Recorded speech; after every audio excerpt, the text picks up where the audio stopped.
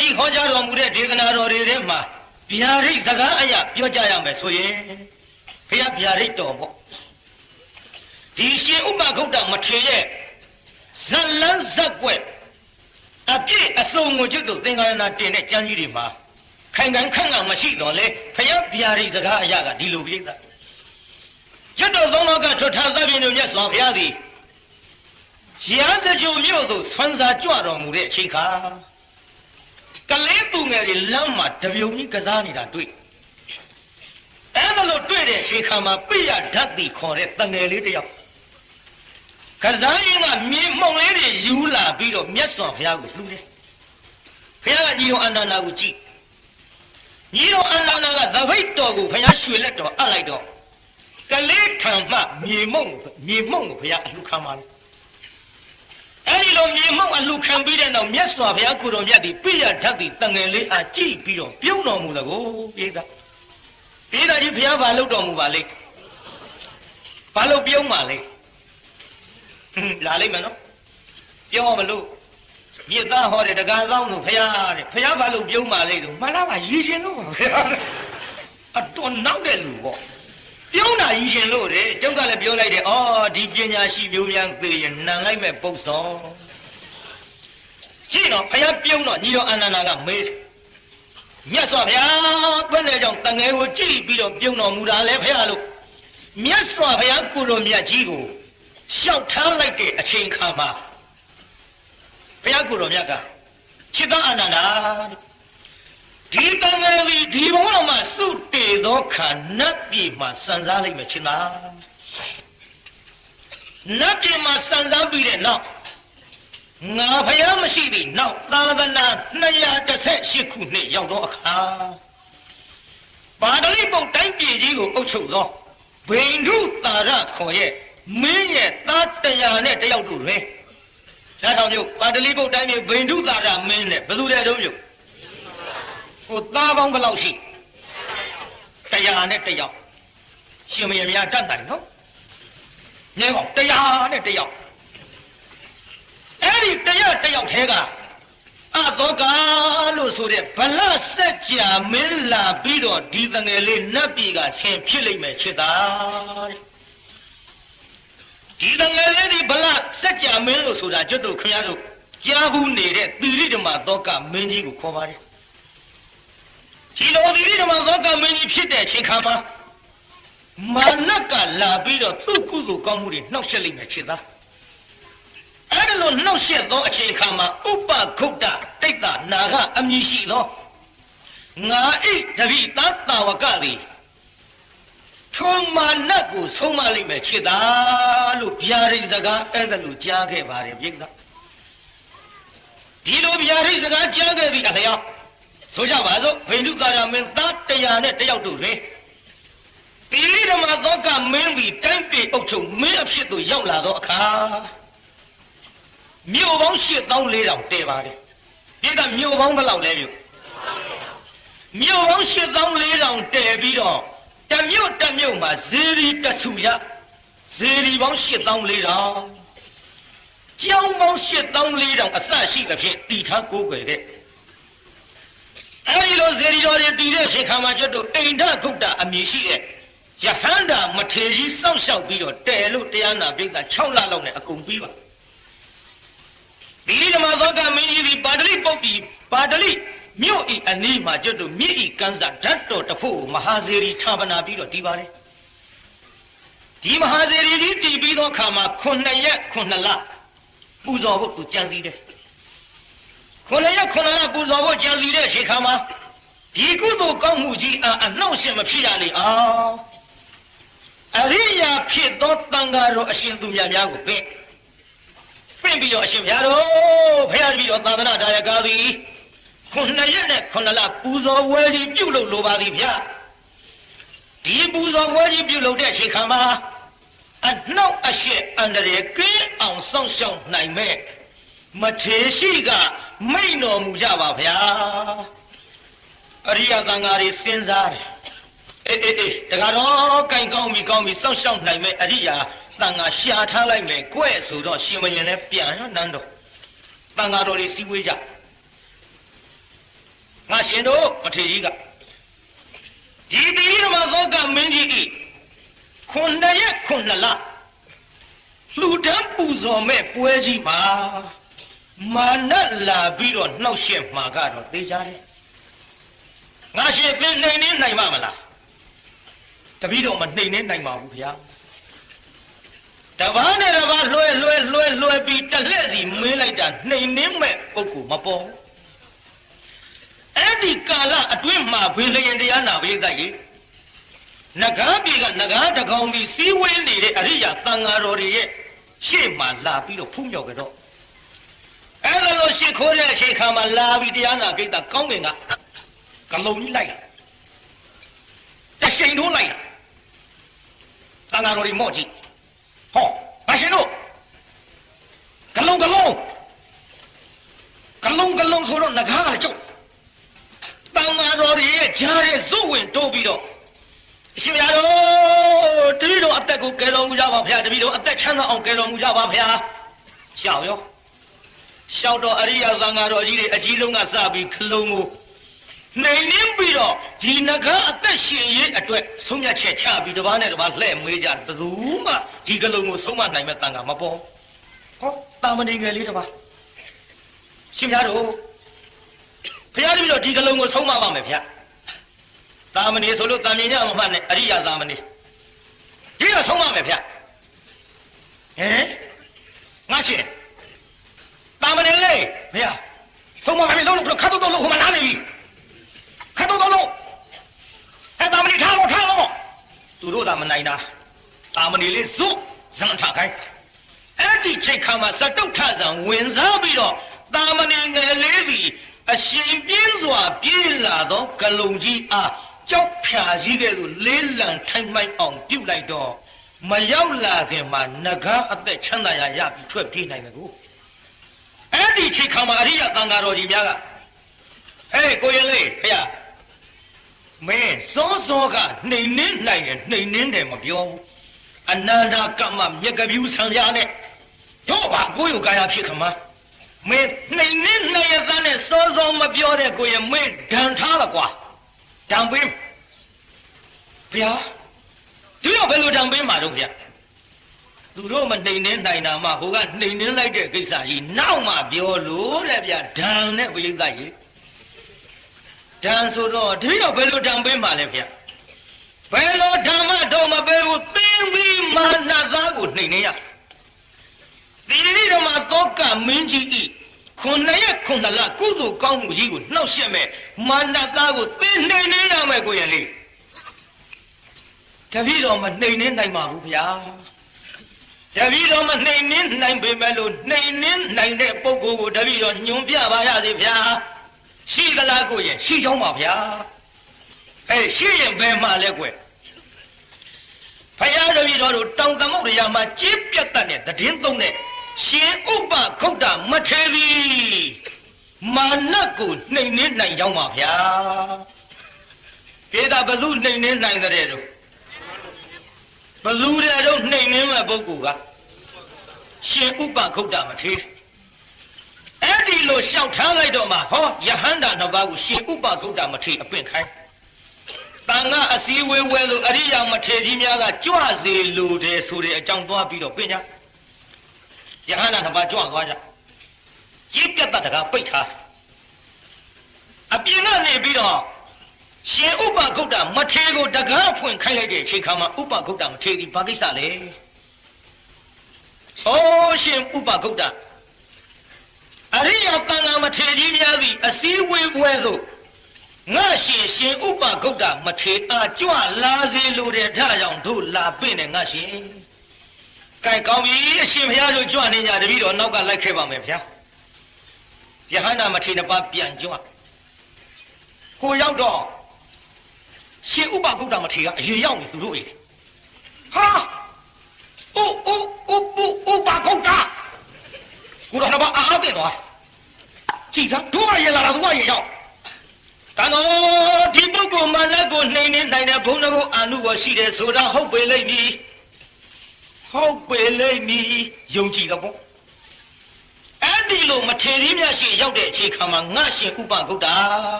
င်ဘက်မှာသတင်းသုံးတယ်လေ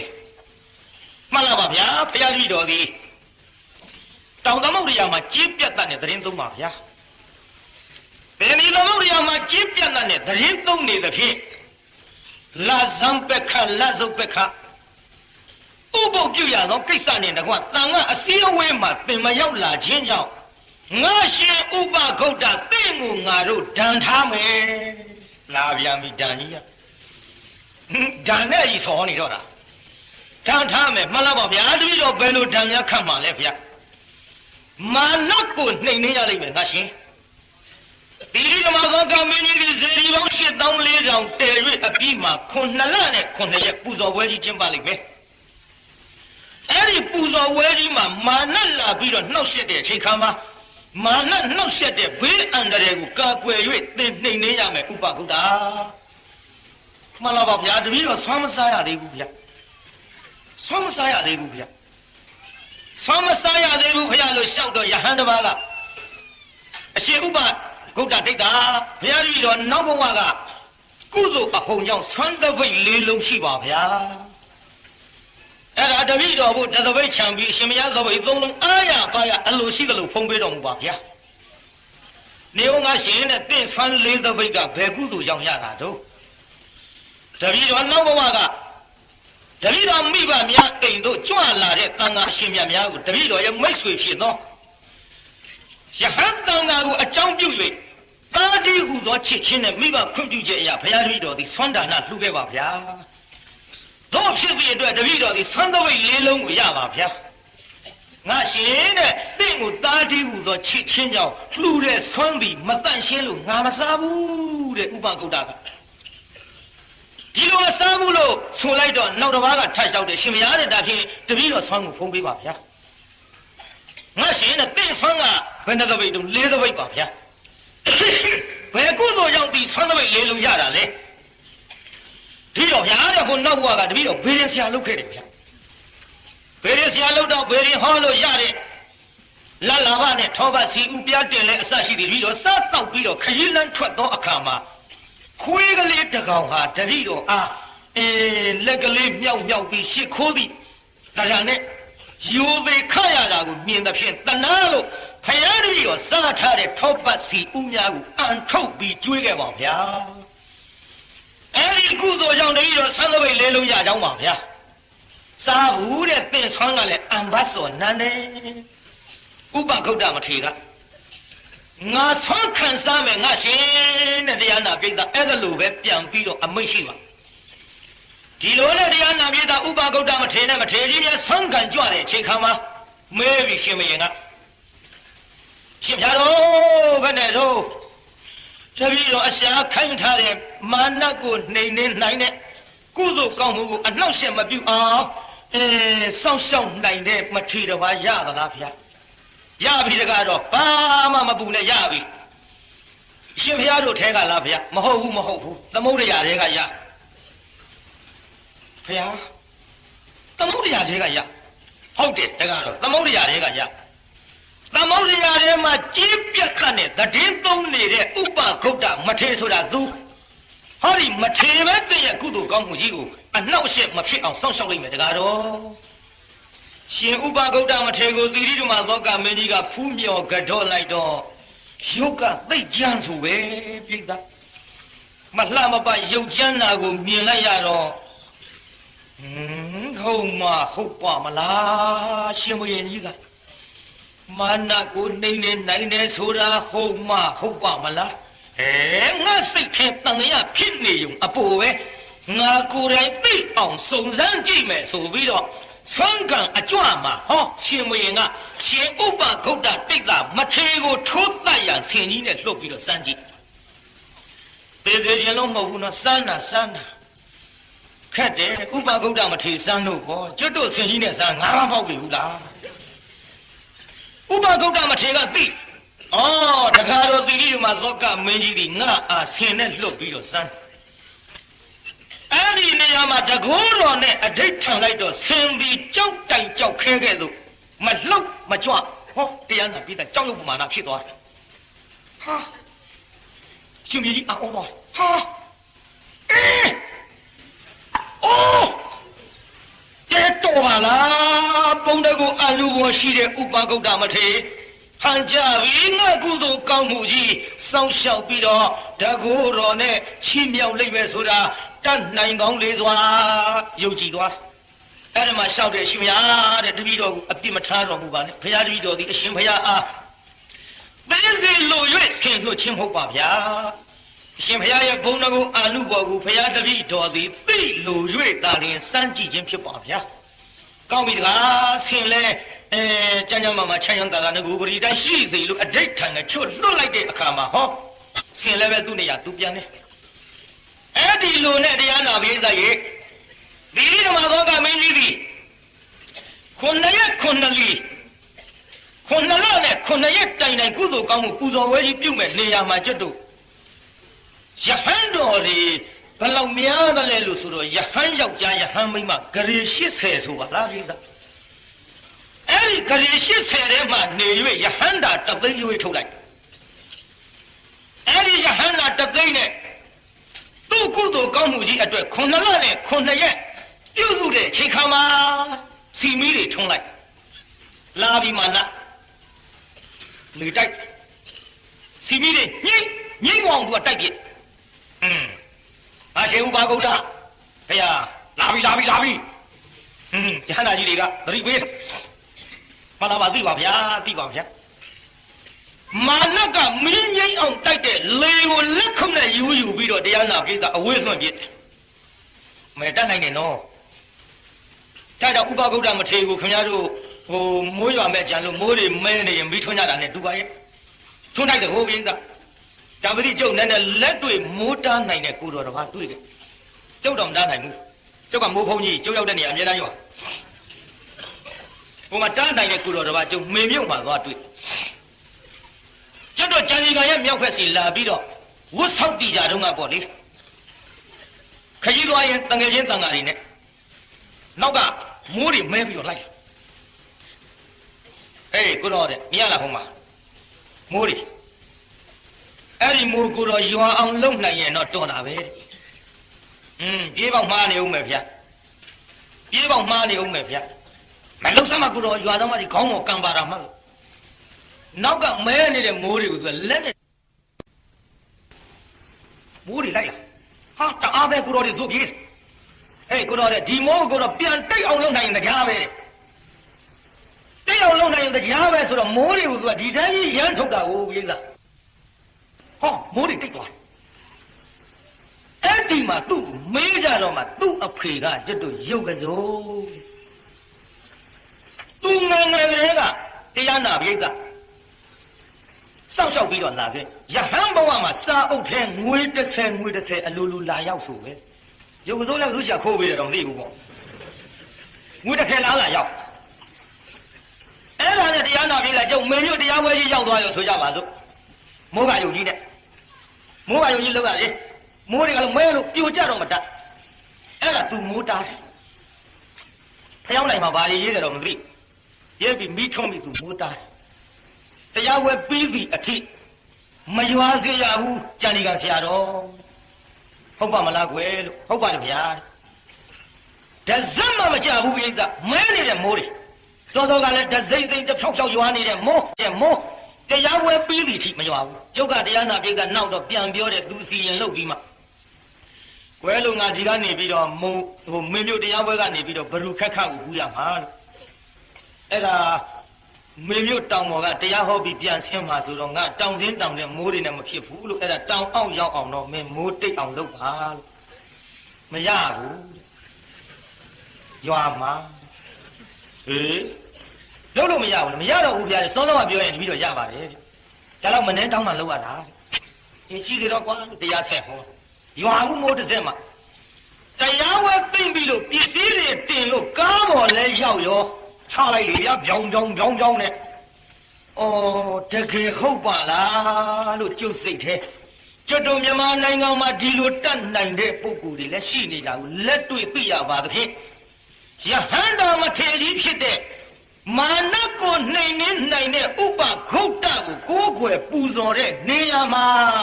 များစွာယုံကြည်ကိုးစားအားထားလိုက်တဲ့ဆိုတာဒီကနေ့တရားနာပိဿသိအောင်သူ့ဇက်ကြောင်းကိုကျုပ်ဟောရပါတယ်ဗျာ该几点了？别的满那累的带，没人木累的，我也有算别。满那多少片？多少片到满那人的锅碗的别。人的锅碗我来敲手机上嘛，就来洗嘛那种嘛，自己不要这样，该说什么？大、三、米、表、对、教开、小牛、人呢，买带，跟那哭，嘛别的多的。大毛的呢，油差的；蓝毛的呢，油差的；米粒毛的呢，油差的；表布毛的呢，油差。蓝毛的油差的，教开毛的油差。小牛毛的油差的，人的毛的油差的，买带机，毛没光被洗出来。就是讲的买带机。白老文都别的人的对立的人那边的先500口袋没拆了，可能也不知道的不会的3万要了。啊，高楼大的有比较3家我那这来提要算别，先500口袋，再找他去哪里？几山？我为培养高楼嘛，人的古板的避开，嘛熬夜的不。这边现在个娃都被骗人，当不然没耍培养木，我比路没呀了，他把着，你这边当嘛你的先500口袋，我比路没呀吧啦。都是刚刚我比路家里面听到了没呀不？对家对他不嘛那最多的几比了，暖了欧个发机用，盘身比了先500口袋上打比了。暖了欧个发机用，盘身比来到先500口袋个把盘身来动，降盘身来。家里用盘身比了暖了欧个发满来机来的，把这搞了没头没手皮，别有一在，那我那个被拖大片了，对家对家不来老人就是看的那个路盘身。如果那个老盘身呢，先500口袋嘛，这样的卡的，个老你要盘身就来，没嘞，个老的啊，嘛那边啊那边的啊那边的，该你这卡盘身往手边了，嘛那个好，不努力哟，别到巴西哟，多努力表现啦，我哩我咋干我哩话啦我，别到巴西了没有？不努力。把路里把路面盘身到来外，绝对先500口袋嘛，这个都看那啥几的不路里盘身来，哈，没嘞，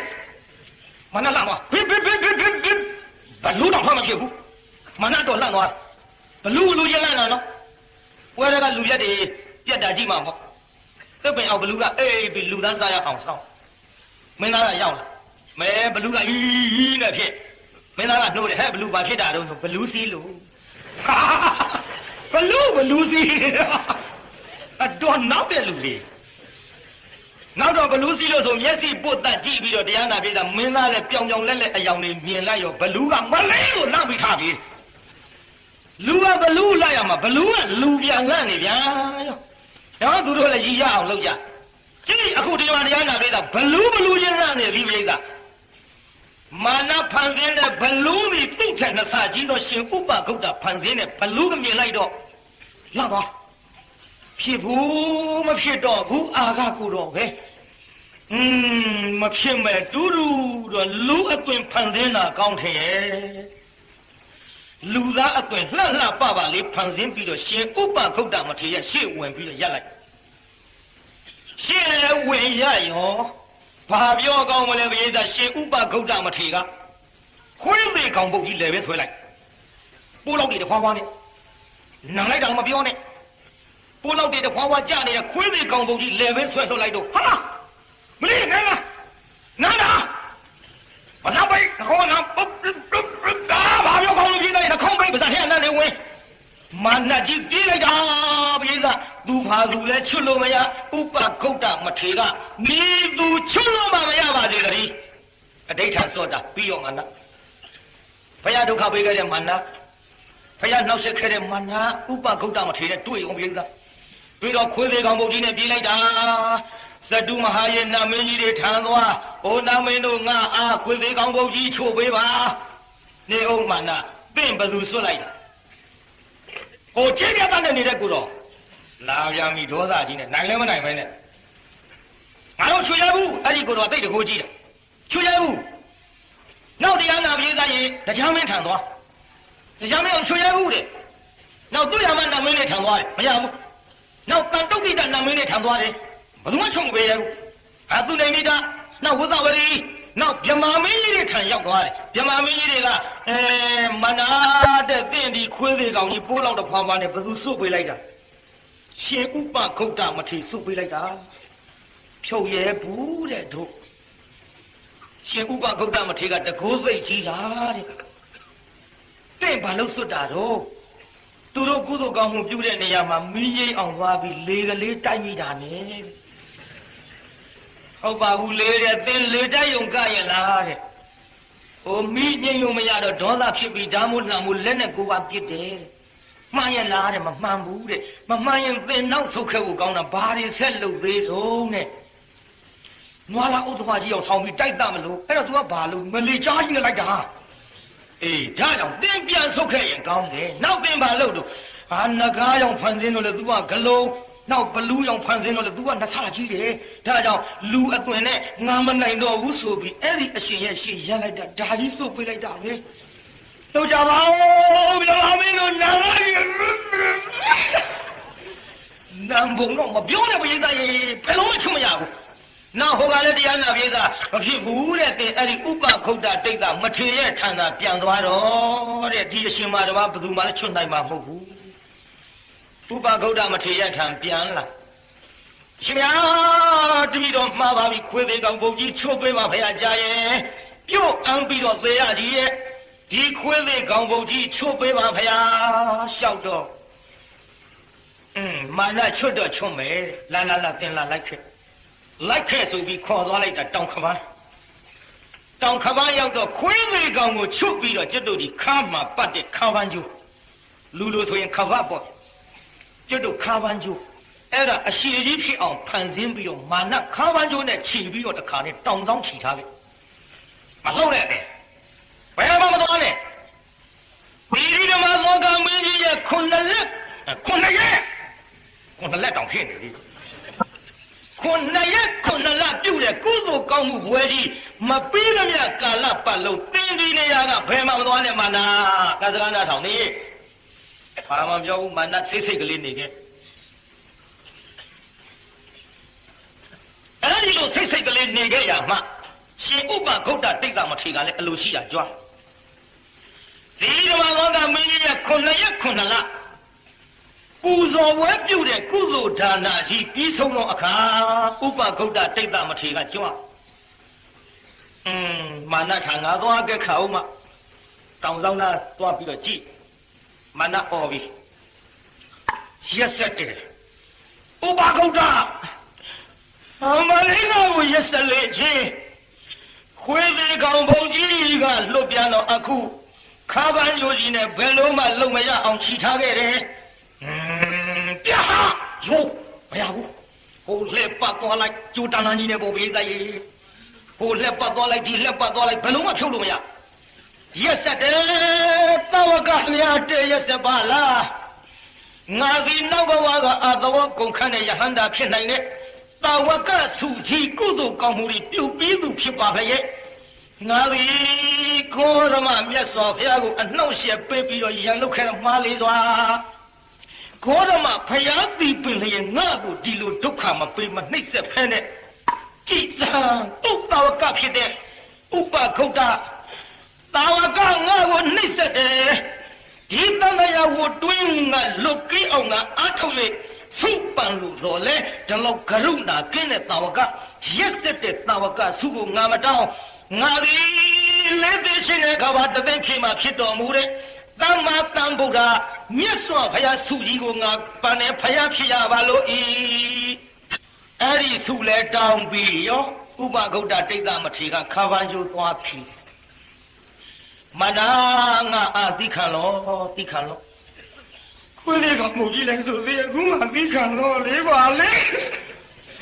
မာနတော့ဒေါဘွားငုံမဲ့နဲ့ဒီခါတော့မနိုင်မှသေးလို့ဘာမှပြန်မလုပ်ရဲပါဘူးငါရှင်မာနတင်သိခံလို့သင်ကိစ္စလည်းပြီးပြီငါကိစ္စလည်းပြီးပြီငါကိစ္စဘာပြီးတာတော့ပြီးတာဘောမာနသားရဲ့သ ဒီတာဝကစုယုံနေတဲ့စုကိုမတောင်းမဲနဲ့ယုံနေတဲ့ဆိုပေသည်တရားနာပိသဟိုပုထုဇဉ်နဲ့ဘာမှမဆိုင်ဘူးနော်တမန်တန်ဗုဒ္ဓဘုရားကိုရောမြတ်ရဲ့အောက်နည်းနည်းနှိမ့်ကြတဲ့စုကိုဆိုပါလေတာဝကစုကိုမတောင်းမဲနဲ့အင်မတန်မွန်မြတ်တဲ့အမြတ်ဆုံးယရနာတမန်တန်ဗုဒ္ဓဘုရားစုကိုသင်တောင်းခြင်းသည်သင်ကိစ္စပြီးလေတော့ဒီမာနာရှင်ရကိစ္စကဘာပြီးတာငါကိစ္စပြီးပြီလေခုနှစ်လနဲ့ခုနှစ်ရက်မာနကိုနှိမ်နှင်းရမယ်လို့ငါအာမထေရီများခတ်တဲ့ကိစ္စဒီဓမ္မလည်းငါလွတ်လို့ငါကိစ္စပြီးပြီကုသိုလ်ကောင်းမှုပဲကြီးကလည်းပြီးပြီရှင်ဗျာရက်ဆက်တဲ့တပည့်တော်ကိုဒီလောက်ရက်ဆက်ရသလားမာနပြည့်ရက်ဆက်ခြင်းဒီတခြားမဟုတ်တေရီတမတန်ဗုဒ္ဓဆိုကြီးရဝိသာသူလိဖြစ်သည်မာနသင်အဖယာကိုတော်မြတ်သည်နောင်သောအခါတမတန်ဗုဒ္ဓစူကြီးပန်တဲ့ဖယားဖြစ်လိမ့်မည်လို့ဗျာဒိတ်ပေးခဲ့ပြီးပြီမာနာဖယားလောင်းနော်မာနာကံမြင်ကြမမှန်လေပင်ဒီဖယားဖြစ်လိမ့်မယ်လို့လည်းဖယားဗျာဒိတ်ပေးပြီးပြီမာနာအခုသင်ကိုယ်တိုင်လည်းတမတန်ဗုဒ္ဓစူကြီးကိုပန်ပြီးပြီဒါကြောင့်ဒီခါတော့ငါအာကြည့်နဲ့လို့မာနာကဟိတာရှိပါစေတော့သင်ကတော့တမတန်ဗုဒ္ဓဖယားတက်တော်ထင်ရှားပွင့်တုံးကမှီလိုက်တယ်ဒီလိုမှီလိုက်ပါသဖြင့်ငါသည်ဖယားသာသနာနောက်ပိုင်းမှာဖြစ်ရသောယဟန္တာဖြစ်ပါသောကြောင့်ဖယားကိုယ်တော်မြတ်ကြီးရှင်မြတ်တော်ကိုယူပကာရတော်ကိုမဖူးပါသဖြင့်မနငါအားဖယားကိုယ်တော်မြတ်ကြီးဖန်ဆင်းပြီးတော့ပြပါလို့ရှင်ဖယားပြတော့ပြမယ်နော်ဟိုရှင်မယားရှင်မခိုးဘူးဆိုတဲ့ဂတိတော့ဘေးနော်ကြောက်သွားပြီပိဿရှင်ဥပဂௌတမထေကရှိခိုးရင်မာနကျွန်းထောင်မယ်ကြောက်သွားပြီပိဿဒါကြောင့်ရှင်မခိုးဘူးဆိုတဲ့ဂရိကိုပေးပါဗျာကဲငါရှင်မခိုးပါဘူးမာနပြလို့ဆိုတော့တပည့်တော်ပြရမယ်ဆိုပြီးတော့တော်တဲ့ဝင်သွားရှင်ဥပဂௌတမထေကလည်းအိုးတကားတော့အပေါင်းလို့ငါတို့ဒီတက်တော်ထေရှားရှိတော်မူသောတမ္မာတန်ဗုဒ္ဓမြတ်စွာဘုရားယူပကာရတော်ကိုဖူးမြော်ကြတော့ရတော်မူလာကြကုန်လို့ဖူးမြော်ရန်ထွက်ကြကုန်လို့စီလီလိုက်သောအခါမှာတရားနာပိသဥပဂုတ်တမထေမြတ်ရဲ့နောက်ကနေပြီးတော့ဟောယဟန်တန်ဃာဒီရောလူပရိသတ်ရောအိုးမြေပြိုမတတ်တရားနာပိသကျွတ်ညောင်းလို့ဖျားဖူးရတော့မယ်ဖျားကိုတော်မြတ်ကြီးအသွင်တန်တန်တို့ဖူးမြော်ကြတော့ရတော့မယ်မြည်ရတော့မယ်ပူဇော်ရတော့မယ်နဲ့နောက်ကလိုက်လာကြအဲ့ဒီလိုအုပ်ကြွဖြစ်ပြီးတော့လိုက်အသွားမှာမာနထွက်လာလက္ခဏာတော်ကြီးငယ်နဲ့ပြည်စုံတဲ့ဘုရားယူပကာရတော်ကြီးဖန်ဆင်းပြီးတော့အက္ကတာဝကအစိုးအတိတိရှစ်ကျိတ်သောမဟာတာဝကနဲ့တကွာဝဲရချမ်းရံပြီးတော့တရားနာပိဋကရောင်ကြီးတော်တွေလွတ်ပြီးတော့ကြွလာလိုက်တာဥပကုတ္တမေ့သွားတယ်မြတ်စွာဘုရားဆိုပြီးတော့ဗာပြောကောင်းလဲမေ့ပြီးလက်အုပ်ချီရောပိဋကကြီးလက်အုပ်ချီရောပိဋကတရားကပိတ်အားကြီးရောအဲ့ဒီတင်ဗာပြောကောင်းလဲဖျားသွင်းပြောက်ပြီးတော့မာနကရှင်မရဒီခါအော်မာနရှင်ခိုးဘူးဆိုအေးလေငါမခိုးပါဘူးရှင်ဥပဂုတ္တရှင်မခိုးဘူးဆိုပြီးဘယ်နဲ့ရောင်ကရှ िख ိုးနေတာလဲမာနတင့်ကိုရှ िख ိုးတာမဟုတ်လက္ခဏာတော်ကြီးငယ်နဲ့ပြည့်စုံသောမြတ်စွာဘုရားကိုယ်တော်မြတ်ကြီးကိုသာလည်းငါရှ िख ိုးတယ်မာနအဲ့ဒါလို့မိန့်တော်မူမှမာနလဲသာသနာတော်ကြီးကိုယုံကြည်သက်ဝင်တဲ့အဖြစ်သို့ရောက်၍သူ့ရဲ့ဘုံဌာနကိုအေးချမ်းချမ်းပြန်သွားပါစေပြိဿပြန်သွားပါလားမာနအဲ့ဒါကြီးငိုက်သလားဟုတ်ကဲ့လားဟုတ်အဲ့ချင်တော်ပါနေလို့မေးရပြန်သွားပါလားမာနဆိုပြန်သွားပြိဿကြီးမာနပြန်သွားပါလားနလန်တော့ထားပါမာနပြန်သွားပြီမာနပြန်သွားပြီးတဲ့နောက်အရိယာယဟန္တာကြီးများကငါရှင်တို့သီရိဓမ္မသောကမင်းကြီးအားငါတို့တတွေသည်မြတ်စွာဘုရားသာသနာအားပို့ပြီးတော့ကြီးညိုသည်ထက်ကြီးညိုအောင်မိမိတို့တကောတော်ဖြင့်ဇေရီပေါင်း8400ကျောင်းပေါင်း8400ဇေယပေါင်း8400အစရှိတဲ့သူရဲ့ကုသိုလ်ကောင်းမှုတွေအားလက်ဝါးဖြင့်မှတင်ကြည့်သလိုမြင်ရအောင်ငါတို့ချီးမြှောက်ကြစို့ရှင်ဥပဂုတ္တမထေရနဲ့တကွာယဟန္တာအရှင်မြတ်ကြီးများဖန်ဆင်းပြီးတော့ တကောတော်နဲ့ပြလိုက်တော့တရားနာပိဋကသမုဒ္ဒရာအပြင်ဟိုကျွန်းတစ်ခုလုံးမမြင်ရတာဘာမှမရှိအကုန်လုံးမြင်ရသူတဲတဲ့မျိုးပေါင်း8400ဇေဒီပေါင်း8400အကုန်ဖူးလို့ဟေးအကောစရာကြီးပါလားမှန်လားပါဗျာဝတ်သားလာပါပြီအရှင်မရတို့ဘုန်းတော်ကိုအနုဘောကြည့်ပါပြီနာမတန်ဗုဒ္ဓသုံးတော်ကထွတ်တာတပ်ပြည့်မြတ်ဆောင်ဘုရားသာသနာကြီးဖရာတပည့်တော်လှူရတန်ရတာလှူရဂျွန်းနပ်ပြီဖရာဓာတိမကဖရာတပည့်တော်ဒီကဲ့သို့လှူပါအောင်မယ်ဖရာဆိုပြီးဟောခန္ဓာကိုယ်စီပတ်အဝတ်တွေနဲ့ပရမထဒါနာကြီးပြီးတော့မလဲမိရှုလှူတာသေမစေဇီဝိတဒါနဘုရားကိုယ်တော်မြတ်ကြီးပြုခဲ့တဲ့ဒါနမျိုးတွေဒါနဆိုတာကျွတ်တို့တန်မြင်ရရိုးရိုးဒါနကပစ္စည်းဥစ္စာကိုလှူတာနောက်တရားနာပိဋကဒါနဥပဆိုတာကကျွတ်တို့ခြေလက်နာကိုယ်ငါတွေကိုဖြတ်လှိတောက်ပြီးတော့လှူတာ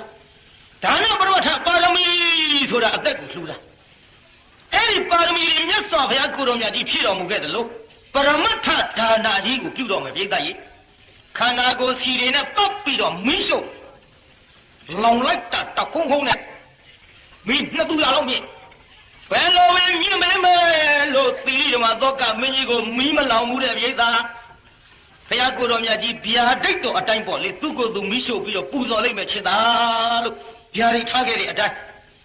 နောက်တရက်မကဘူး9ရက်တိုင်တိုင်မီးရှို့ပြီးတော့ပူဇော်ပါတယ်ဒီသားကြီးဘယ်နှစ်ရက်တုံးမြုံမီးရှို့ပူဇော်တာဘုရားသာသနာမှာတကယ်ကြီးညိုသွားရင်ကိုမီးရှို့ပြီးဒီလိုပူဇော်တာဘုရားသူများပူဇော်တယ်လို့များမီးရှို့ခြင်းစိတ်လေးပေါက်မလားနှုတ်ပါနဲ့တောင်းပါမရသေးတောင်းပါမရသေးမလုပ်ပါနဲ့အခုကြည့်ပုံမှန်တရားနာပိဋကမိရှုပူဇော်တယ်မလောင်ဘူးမလောင်တော့မှ9ရက်တိုင်တိုင်မီးပူဇော်ပြီးသောခါစန္ဒကုနန္တာများနဲ့ရေချိုးဖီးလိမ့်ပြီးတဲ့အခါမှာတန်ဃာတော်အရှင်မြတ်များကိုဆွမ်းကပ်၍နန်းတော်သို့ချမ်းသာတာပြန်တယ်ကိုပိဋကဒီလာကြီးရှင်ဥပဂုတ်တတိတ်တမထေကြောင့်သီရိဓမ္မသောကမင်းကြီးရဲ့အလူမှာအနောက်ရှေ့မကင်းဘူးလားပိဋကဒါကြောင့်ဘုရားသာသနာမှာတည်းအားထားစရာကောင်းပါတယ်ပိဋကသို့တော်လည်းပဲခင်ဗျားတို့ကကျွတ်တို့နဲ့အတူတူလူဖြစ်လာကြတာဆိုတော့ခင်ဗျားတို့ခေကျွတ်တို့ခေခင်ဗျားတို့ကိုယ်ကြတဲ့ကျွတ်တို့ရဲ့ကျွေးမွေနေတဲ့ခင်ဗျားတို့နဲ့ကျွတ်တို့နဲ့ခင်ဗျားတို့ဒီဘဝဒီခေဒီခါဒီဘုန်းကြီးနဲ့ဒီလူတွေဒီလိုလာတွေ့နေတော့ပြောလဲဘုရားလက်ထက်ကကိစ္စတွေဟိုတုန်းကဇံပြားတဲ့ကိစ္စတွေဟိုတုန်းကစကလုံးတွေဆိုတော့တချို့ကလည်းဘုန်းကြီးကိုကြွားတယ်လို့လည်းထင်ရပြီမယ်ပေါ့ကြွားတာမဟုတ်ဘူးဘုရားဟောတဲ့စကားတော်နော်ကျုပ်စကလုံးထွားတယ်ကြွားတယ်လို့မထင်လိုက်ပါနဲ့ပြိဿကျုပ်လုံးကြံဟောတာမဟုတ်ပါဘူးမှန်လားပြိဿကြီးစကလုံးထွားတာကကျုပ်မဟုတ်ဘူးဗျလှတော်သားပြိဿကြီးစကလုံးထွားတာဘယ်သူတော့မြလှတော်သားဥလသိမ်းဆေးတာမတော့ရဲတဲ့ရွာပေါ့လှတော်ရွာဆိုတာကျုပ်တို့ရွှေဘိုဘက်မှာရွှေဘိုလမ်းဥလသိမ်းပဲဆေးတာတော့ရဲမယ်တို့စကားတော့သေးတယ်အဲ့ဒီရွာရောက်တော့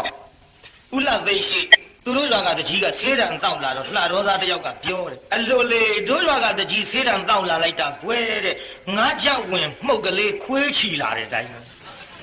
ဘယ်ဥလသိမ်းဆေးတံတောက်တော့လှတော်သားကဇက်ပြက်အောင်ပြောတဲ့လူတွေပြိဿ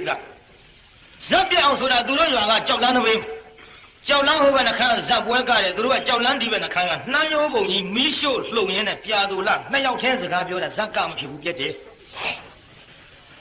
3ယောက်ဝိုင်းနာထောင်ကြီးကြတို့ကြ10ယောက်ဖြစ်လာဘိုက်နဲ့ကြီးကြ2ယောက်ထဲပြောနေတာရှားကြနေရတာမဟုတ်ဘူးကြာပန်းစကားစကလုံးလုံးထွားတဲ့လူတွေနောက်တော့ဟောဘာတော့နဲ့ဇက်ကလူတွေဒီစုလဲဟိုဇက်ကိုမကရဘဲနဲ့ပြက်တယ်ဗျကျုံနဲ့ကိုရွေးကျုံတော့ယုံပါတယ်သူတို့ရွာသားရောက်သွားတော့လှတော်ကနေပြီးကျွတ်တို့ဝက်လက်မြို့ကိုချိုးရတာကိုဗျကျုပ်ကဂျစ်ကားနဲ့သွားမှတရားဟောကျုပ်ကလှတော်သားမေးတယ်တကားတို့ဟိုဝက်လက်လမ်းကောင်းရလားလို့အဲ့ဒီလမ်းတော့မမေးနဲ့တဲ့ကိုတော်တို့ဝက်လက်လမ်းကိုဂျစ်ကားနဲ့ကြွရင်ကြောက်ခဲစားသွားတော့အစာကြီးပါတယ်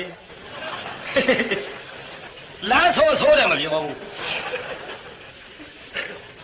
ဟိုစကားပြောရင်ဥပမာနဲ့ဒီမိသားတို့တော့ဝက်လက်ကမစီးဘူးဖျားတယ်ဘာဖြစ်လို့တော့လို့ဆိုတော့အိုးတဲ့ဝက်လက်ကစီးရတာဟမ်ကြပါဘူးတဲ့နောက်ကဂလုံးနဲ့လမ်းတောင်းလှဲ့ကြည့်ရေစီလှဲ့ဖျားတယ်ကနေတယ်ပြောလိုက်ပြီးတဲ့ကိစ္စကြီးရေစီလှဲ့ကလမ်းတောင်းတယ်စကားပြောရင်ဥပမာမပါဘဲမပြောဘူးနောက်တရားနာပြည်သားသူတို့ရွာနာဟိုကျွတ်တို့ပေါက်တော်ဆိုတာရှိတယ်ပေါက်တော်ရွာကဘုန်းကြီးစာပြန်မွဲရှိစာပြန်မွဲတန်ဃာတော်တွေကြက်သားတံပေါင်းနဲ့ကတ်အဲ့ဒါသွားကြည့်ပြီးလှတော်သားကပြန်လာတော့ပြောတယ်စာပြန်မွဲဆိုလို့သွားကြည့်ပါကွာတဲ့လက်ဆက်တတ်တော့ဘုန်းကြီးအေးကိုကွာအတော့နောက်တဲ့လူတွေကျက်သားတံပေါင်းနဲ့ကတ်လို့ဘုန်းကြီးအေး ဘုန်းကြီးတွေကလည်းစားလိုက်တော့ကွာတဲ့ဝေသားလီပြီးဘလူးကြတယ်အယိုးကြီးကြအောင်စားလို့ပြောတာ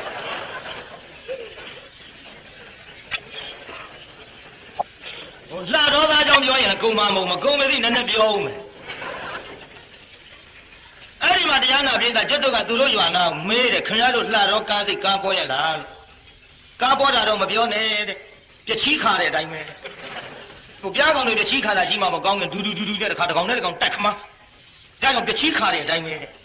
ဒီပြီးတော့ကားဘလောက်ပေါ်ဗျာတဲ့ RTP မှာစီးတာတဲ့ဘာဖြစ်လို့တော့ RTP ဟီးတော့မြန်နေဆိုတာဟုတ်တယ်ကိုဗျာတဲ့ခိုးနေကမန္တလေး RTP မြန်မုံပြောရရင်ရံမုံပြောရရင်ရိုင်းဖဲကြီးဆောင်ဖက်လိုက်ရတယ်ဒါပဲတခါလို့စင်လာကြီးစံသူဘယ်လုံးကဖက်လိုက်ဘူးလို့တောက်တိတောက်တယ်လို့ပြောတဲ့လူတွေဥပမာမပါပဲစကားမပြောဘူးကျွတ်တော့မေးတယ်ခင်ဗျားတို့လှတော်သားကလို့ဥပမာမပါပဲစကားမပြောတတ်ဘူးလားလို့ဆိုတော့အိုးတဲ့တပည့်တော်တို့ကဥပမာမပါပဲပြောရရင်တဲ့ဟိုလှဲမီလို့စီးရတဲ့အတိုင်းဟောပါလာပြန်ရင်ဥပမာနဲ့လို့ပြောမှာနောက်ဟိုကမေးတယ်မင်းတို့ရှိသမားဝါရမဆိုင်ကအထယ်လေးပါလေးပေးရလားဟာတဲ့အထယ်ပေးမပေးတော့မမေးတဲ့မောင်ရဲ့တဲ့ကိုမိမကိုလဲထမ်းဆောင်ရတယ်ဗျာကြီးထိုးမှကြောက်လို့